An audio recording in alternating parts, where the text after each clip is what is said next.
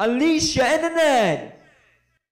Hey everyone, it's Gabe Kendra Pie, and today I gotta tell you, summer's finally over. Well, not really finally, but kinda sadly over. We got about 1 week left to summer movies, and that's Shark Night 3 and Apollo 18. And that's next weekend. And, I'm kinda not looking forward to the summer being over, but then we got a lot of, fall and winter movies, and then we got 2012, which leads up to some of the biggest movies of history. So I'm going to tell you the summer recap, my favorite and the worst disappointing and the worst films of the year.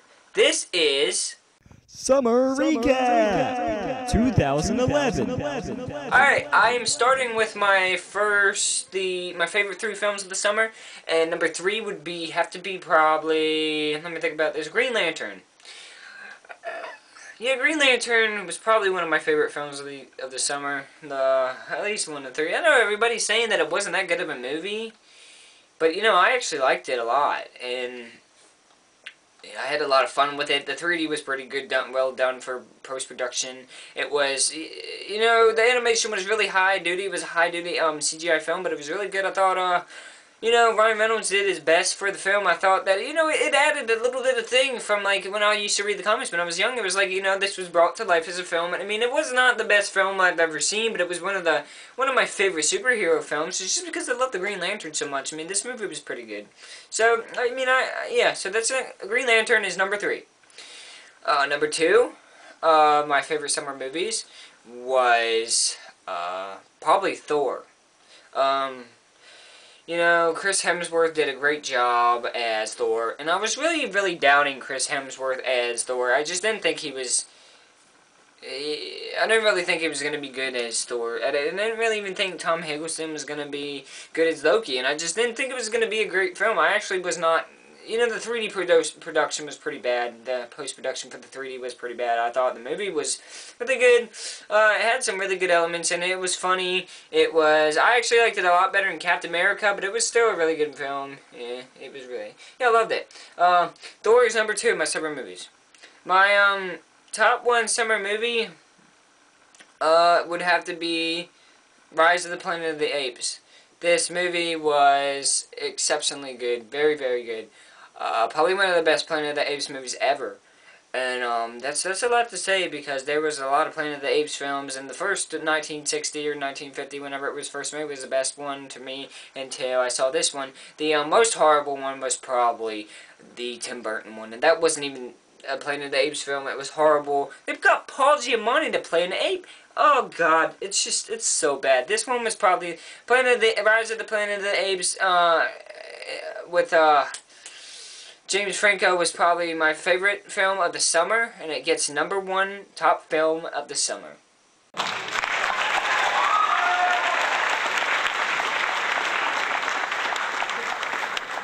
Then we gotta go to kind of like the gooder films.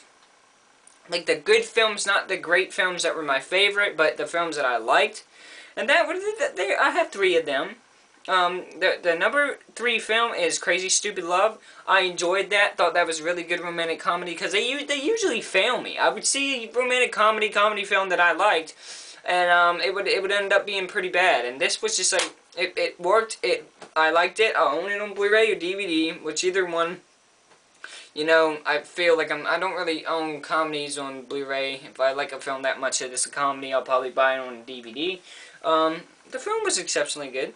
I'm gonna have to say, Our Idiot Brother was a film that just released yesterday, August 26th, and I really liked that one. It kind of reminded me of myself. Paul Rudd did a great movie, did a great character in the film, and then probably top 1. The film I was really not expecting to be good, and I very enjoyed it. I'm not going to say it was an excellent film, but you know what, I'm going to have to go with the Smurfs. Yes, the Smurfs in 3D. It was a pretty good film. It was just because it was so much just like the characters in the cartoon. The first 15 minutes of it was like, oh my God, this is bringing me back to my childhood when I used to watch it on Boomerang Cartoon Network. I loved it. And it was awesome. My mom also loves the Smurfs. It really connected to my childhood type thing. The movie was not excellent. I just think how someone can go and, act like something's really there. They freaking acted with these things. They're not real. They're computer generated. Good movie. It's a good movie. And everybody can say, oh, it was dog shit. It was a bad film. It was a piece of shit. No, it was a good movie to me. And I thought it was one of the better films of the summer. Also, so yeah, I mean, there we go. Smurfs get #1 for one of the good films of the summer. Not the best film, but one of my good films of the summer. So yeah.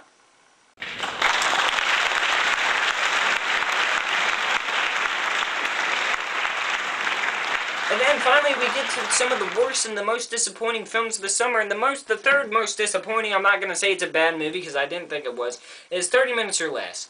And I gave it 3.5 stars, but that doesn't mean that it's not a horrible thing to take a tragic situation and turn it into a comedy. A comedy of all films, make a movie about it, fine. But not a comedy, something you're going to laugh about someone's horrible situation. The movie was okay. I'm saying it's disappointing because I was expecting so much better laughs, so much more not in between stupid parts where the movie was just lagging. Even though it's an hour and 23 minutes, it was still lagging in between parts, saying, oh, well, we don't know what we're going to do here. You could tell that's what the director was saying. And 30 Minutes or Less gets the #3 most disappointing film of the summer. The worst this goes from the #2, so the disappointing to the worst was probably #2 would have to be Priest. Oh God, Priest was horrible. Yes, horrible. Was not as bad as I'd say it was bad as probably worse than Conan, but it was just.